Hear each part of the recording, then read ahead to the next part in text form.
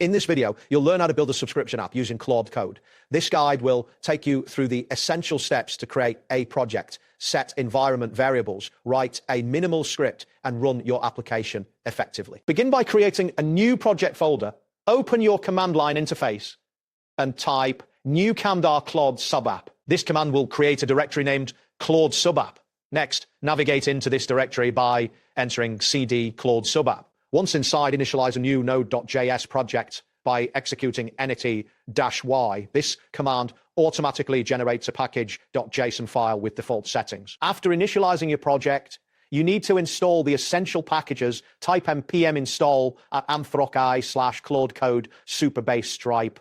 This command installs the necessary libraries for interacting with Claude, Superbase, and Stripe. Keep in mind that large installations may take some time depending on your internet speed, so be patient while the necessary files are downloaded and installed. Next, set your environment variables directly in the session.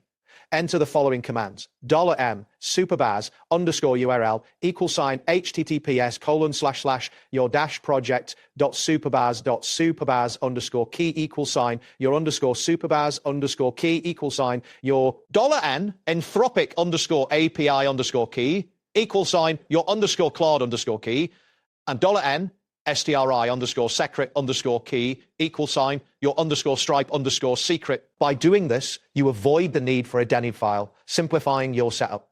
Ensure that you replace placeholders with your actual keys to establish proper connections. Now, create a new PowerShell script file named app.ps1.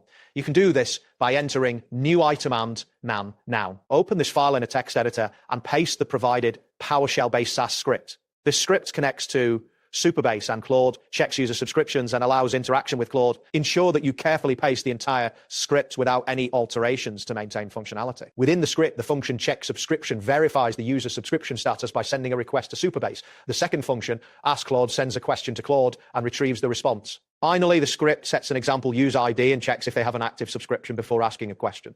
This structure allows for seamless integration with both Superbase and Claude, enabling effective API calls without additional frameworks. To run your script, type PowerShell-file app.p sol1 quote in your command line. This command executes the PowerShell script you created. If everything is set up correctly, you will see responses based on the subscription status and the interaction with Claude. Be aware that if your script encounters issues, it may be due to incorrect environment variables or missing keys, so double check those settings. That wraps up today's guide. Thanks for watching, and catch you in the next tutorial.